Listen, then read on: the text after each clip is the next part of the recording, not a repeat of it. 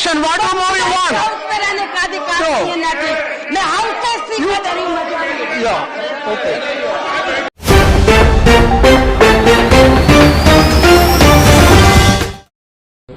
ऐसे लोगों को कुर्सी छोड़ देनी चाहिए। सीधी गोलियां लग रही है, तलवारों से काटा जा रहा है। राजस्थान में, उत्तर प्रदेश में कोई सुनने वाला नहीं है। हमने स्पीकर साहब से कहा कि हमें बोलने का मौका दो, तो कोई बुलवाने को राजी नहीं है। तो हम क्या करें पार्लियामेंट में? अगर हम अपने लोगों की आवाज नहीं उठा सकते तो हम पार्लियामेंट में क्या करेंगे? सवाल ये, जिस तरह से आजादी के इस अमृत काल में जिसका प्राइम मिनिस्टर जिक्र करते हैं, फिर भी लगातार हत्याएं हो रही है।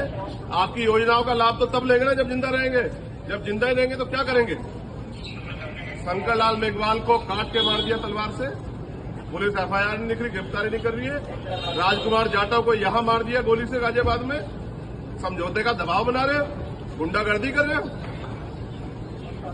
क्या हम इंसान नहीं? क्या हमारी माओ को दर्द नहीं होता? कौन देगा जवाब? कुर्सी में बैठे हो, चिपक के बैठे हो, तो करो न्याय। और नहीं कर सकते न्याय, नहीं दे सकते न्याय, तो छोड़ो कुर्सी। किसने कहा कुर्सी चिपकने को? अभी एक बार सबक सिखाया उत्तर प्रदेश ने 2024 में, और नहीं समझ आएगा तो 2027 में पूरा सबक सिखाएगी जनता। लेकिन ये दमन अब उत्तर प्रदेश में चलेगा नहीं। तो आपने क्यों डिस्क्रिमिनेट किया? मैंने बोला इसको आपको रिव्यू करना चाहिए। उसको मैंने बोला देखिए, मैं और स्टेट के लिए बोल रहा हूँ। जब आप तो डायरेक्शन देता है, काम तो हम करते हैं। एक प्लानिंग कमीशन का जो हम काम करते थे, उसको प्लानिंग करता था स्टेट के लिए। नीति आयोग को तो कोई फाइनेंशियल पावर नहीं है, वो कैसे करेंगे? उसको फाइनेंशियल पावर दीजिए। ये तो प्लानिंग कमीशन को वापस ले आइए। मैं और एक बात बोला, देखिए मेरे स्टेट के लिए भी आपको कहना है कि आप 3 साल से हमारा 100 दिन का काम बंद करके रखा, आवास योजना बंद करके रखा, प्रधानमंत्री योजना बंद करके रखा, अब रोड बंद करके रखा। ऐसे कोई गवर्नमेंट नहीं चलते हैं।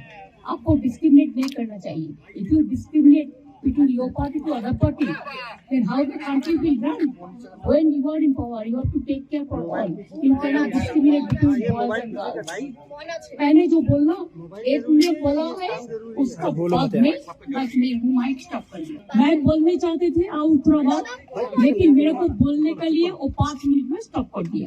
जब हमारा से बहुत आगे जो बोला है 5 जन, और लोगों ने कोई 20 मिनट बोला, कोई 15 मिनट बोला, कोई 10 मिनट बोला, और अपोजिशन का ओर से मैं एक ही लाया, लेकिन तब पे मेरे को 5 मिनट में स्टॉप कर दिया। This is इंसल्टेशन।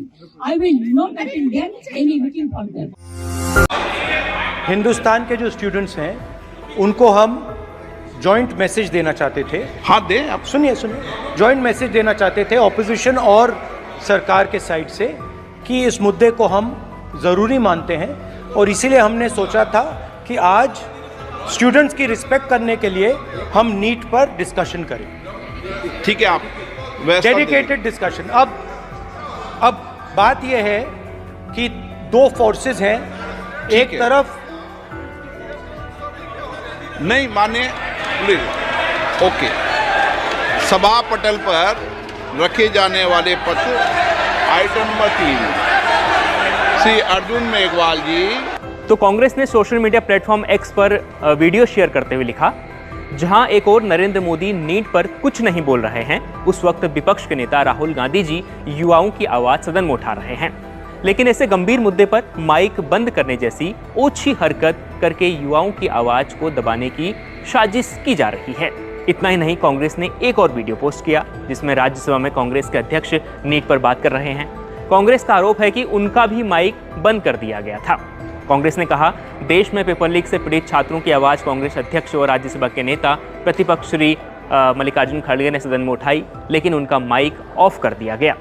पेपर लीक के मामले पर यह सरकार हाउस में भी कहा, और अभी मैं माननीय सभापति जी को अपना इस्तीफा देकर आ रही हूँ। डिटेल में मैं इस डिटेल में चिट्ठी में लिखा है मैं क्यों इस्तीफा दे रही हूँ, उसकी कॉपी आपको दी जा रही है, और बाकी मैं एजेंसी वालों को भी डिटेल में बताऊंगी। ऑपोजिशन के काफी लोग कह रहे हैं कि आपकी एक बहुत स्ट्रॉन्ग आवाज थी,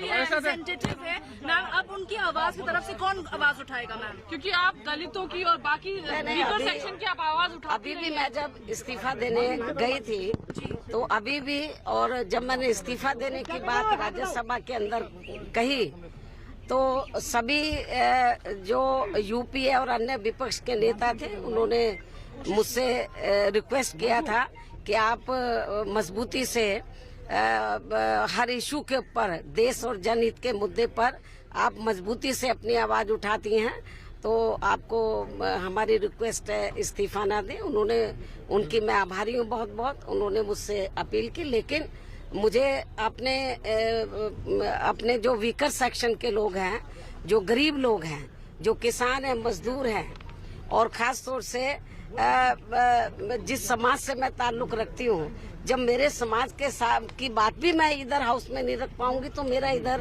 रहने का कोई फायदा नहीं। बीजेपी आपके पार्टी के और सांसद इस्तीफा दें। हो गया भाई, क्या ये क्या